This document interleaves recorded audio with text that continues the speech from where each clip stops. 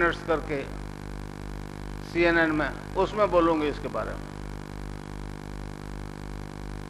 और CNN जो है 60 मिनट्स, उसमें विश्व के टॉप के विचारक जो है 10% लोग जो है वो देखते हैं उसको, पर अभी तो नहीं गई। तो मैं आपकी तरह एक गृहस्थी आदमी हूं, बीमारी मेरे को भी आई, फोबिया हो गया, फोबिया, अकारण मृत्यु से भय लगने लग गया। एक मेरे मित्र थे श्री राम दुबे, उनको मैंने पूछा, डॉक्टरों का कोई बीमारी नहीं, फालतू भ्रम है आपको,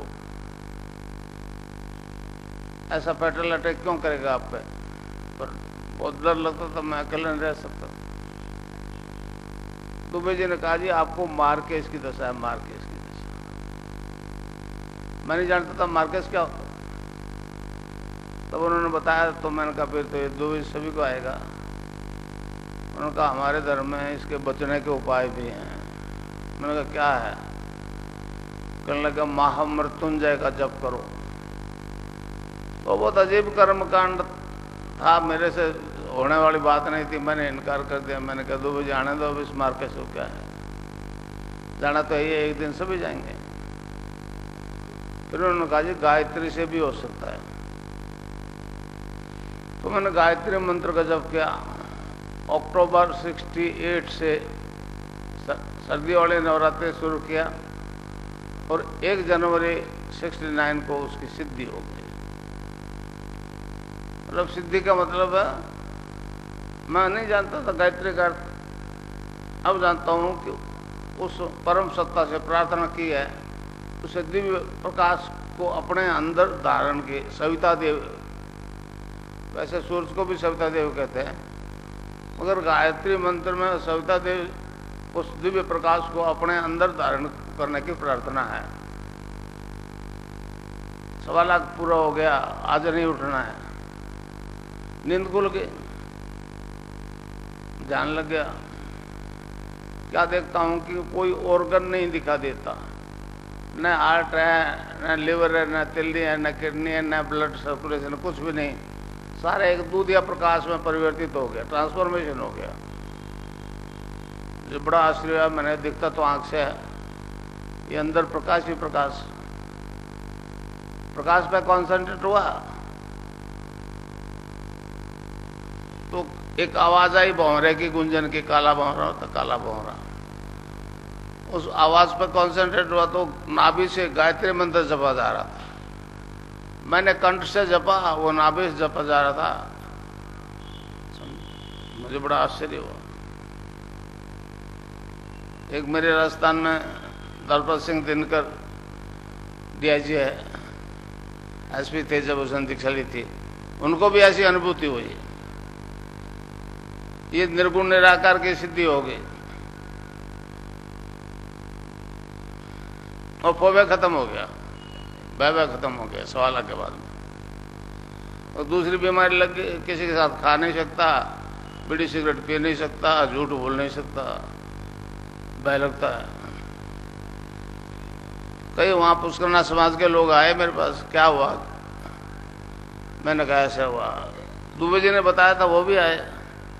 कहने लगे जी आप तो फिनिशिंग पॉइंट पर पहुंच गए, आपको सिद्धि हो गई। कहते हैं ये तो शिव का कीला हुआ मंत्र है, कलयुग में कैसे सिद्ध हो गया? लोगों ने कहा जी आप इसका तांत्रिक प्रयोग करोगे तो लाखों रुपए देंगे आपको लोग। पहले तो मैं नहीं समझा क्यों देंगे, फिर मेरे में जो परिवर्तन आया उससे मेरे समझ में आगे मामला तो गड़बड़ हो गया। फिर मैंने कहा नहीं, ये काम नहीं करूंगा। सोना दूं और लोहा लेऊं, ये सौदा मेरे पसंद नहीं है। फिर स्वामी विवेकानंद बीच में आ गए। उन्होंने कहा जी इस रास्ते पर चलने के लिए गुरु की आवश्यकता बहुत जरूरी है, इसके बिना आगे नहीं बढ़ सकते। तो गंगानाथ जी महाराज को गुरु बना लिया। रेलवे में नौकरी करता था, नॉर्दर्न रेलवे में हेड क्लर्क था। 11/4/55 से 30/6/86 तक नौकरी की। फिर गुरुदेव के आदेश से 6-7 साल पहले प्री मैच्योर रिटायरमेंट लिया। 2-2.5 साल तो मैं एक ही कमरे में बैठा रहा, अपने आप को कसौटी पे आनंद आने लग गया, एक अजीब तरह का आनंद आने लग गया।